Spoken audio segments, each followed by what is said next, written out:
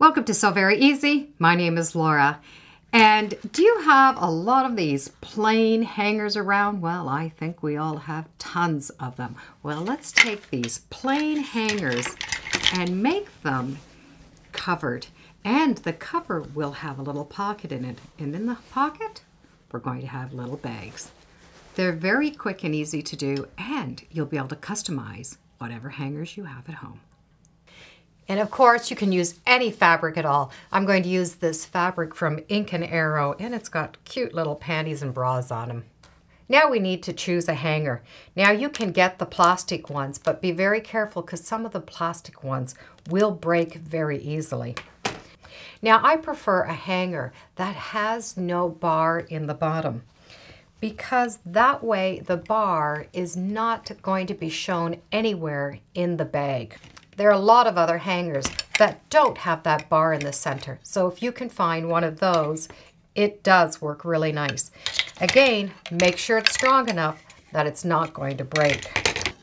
I like using the good old-fashioned wooden ones because I know they're nice and sturdy. And I also know that the center turns, and that's another thing I like to look for. Next, we're going to make the pattern from any hanger that you're going to use. You're going to make the pattern 3 times, and I will need a seam allowance on the pattern. And if you tape 2 pencils together, that is 1/4 inch. So you will be able to use a 1/4 inch seam allowance when you sew the bag together. Leave a little bit here because you're going to need this as part of the pattern. And you're going to be able to take the double pencil and trace all the way around. And also trace a little bit of the stem. So you're going to have that 1/4 inch all the way around.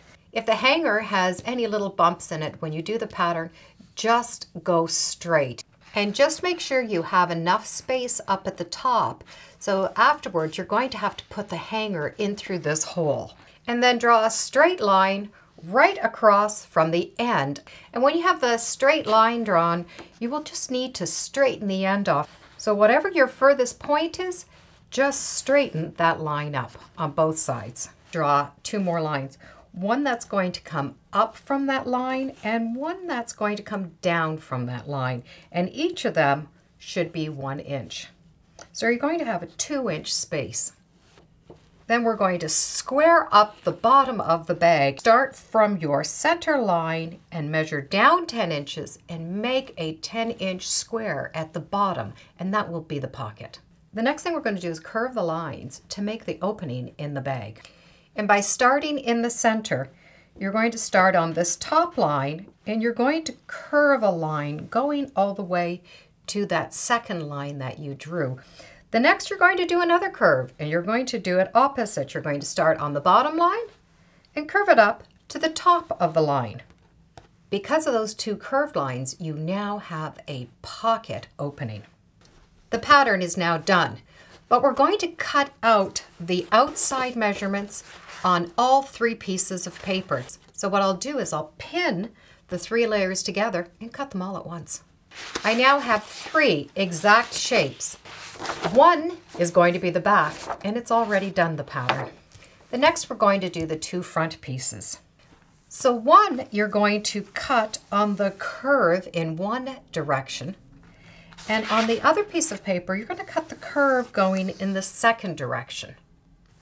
Now you should be able to hold this up to light, which could be a window, and you'll be able to trace one of the curves. So I have one which is the bottom curve, and I'm going to have one at the top. And cut out the curves. When you cut out the bottom curve, you won't need this portion. So the top is going to have that round. This you can discard. So now we have the 3 pieces: the back, the front pocket, and the top cover of the hanger. The next thing you're going to need is a fusible fleece. Now you can use fusible batting if you'd like, but a fusible fleece is a little bit stronger. Now you're going to need all 3 of these pieces cut out with the fusible fleece. And when I cut out the fusible fleece with the patterns, I like to leave a little bit of extra, and then I'm going to cut it out exactly after. Now I'm going to take the 3 pieces and I'm going to iron them on to the fabric that I want to be on the top. And by fusing that fleece on top of the larger fabric first, it will prevent any of the glue from coming off on the iron or your ironing board.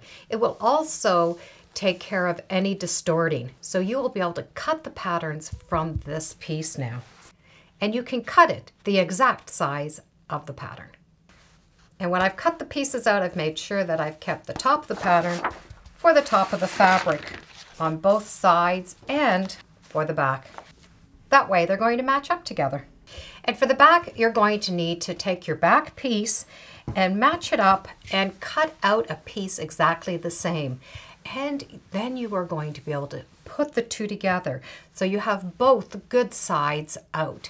And you can either serge all the way around together or do a zigzag so they're nice and tight together. The back pieces are going to be the same as the front. And you're going to take them and match them right sides together. And you need to sew along both of those curves. And that's that opening there. Now here, if you'd like, you can add some decorative lace or some binding. And to do that, it's very simple. Before you sew those two seams together, you can take lace, you can take binding, and you're going to match it along the raw edge so that the good part is poking into the inside of the bag. And just do a small basting stitch to hold it onto the main fabric. Then you will be able to put that top piece, again matching that seam, and stitch all the way. And once you have the 3 layers stitched together, the little lace or the trim is going to come sticking out. So press the 2 sides together, matching all of the seams. And when it's been pressed, do a row 1/4 inch right along that edge.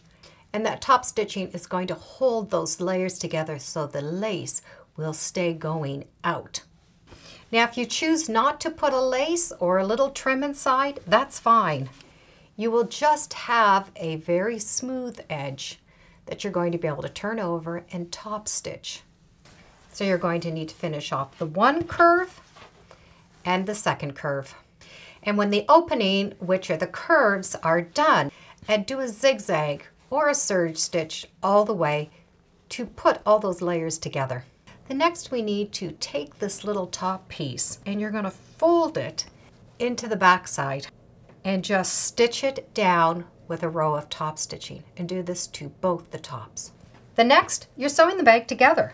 So start with the back of the bag with the right side fabric up. You're going to take the top of the pocket, matching your right sides, and pin. The next is that big bottom pocket. Match up the outside seams so that that oval pocket is up in the center, and pin it right over top of the top piece. So you're going to make sure that this top portion is down first, and then the other is going to overlap. The next is going to stitch all the way around. So start at one edge, stitch 1/4 inch, and all the way around the bag, stop again up at the top. The entire bag is sewn together except an opening here and the opening here. So you've stitched all the way around the bottom, and you're going to have 2 corners like this. What you're going to want to do is cut off that little point, and that way it's going to turn in nice. So you're going to want to cut straight across but not into that stitching line. So that's what you're going to have right there. And do that to both the bottom ends. Turn the bag right side out. Match up all of the edges and press the bag flat. The bag is now done, and you're going to be able to put the hanger in. You're going to have to start by pulling that little point into the end. And then once that end is out, you'll be able to take that hanger and tuck it right inside. And the hanger is going to go underneath both of these flaps. So the bag is complete. One other option you can do is to sew little buttons on the end. So the construction of the bags, no matter the size, is all going to be the same. So I start with a nice long piece. This happens to be 8 inches by 20 inches. And I fuse that fusible fleece onto the one side.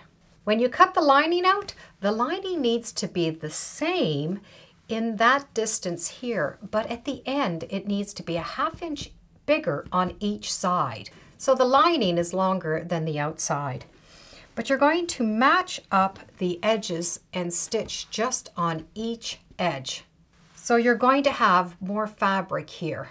Now you're going to be able to take that and turn it right side out. You're going to have a little hangover on the top of both of those edges. So press this and stitch in the ditch right along that edge. Once I've stitched in the ditch, it looks like I have piping. Do a zigzag along both edges. Take the piece that we're going to want at the top and fold it down about 2.5 inches. The next is going to take the bag and you're going to fold it over. And I've brought the bag right up so that I have an inch space right here. Pin and stitch down both sides. From here, you're going to be able to take the bag and turn it right side out. Now, give it a press.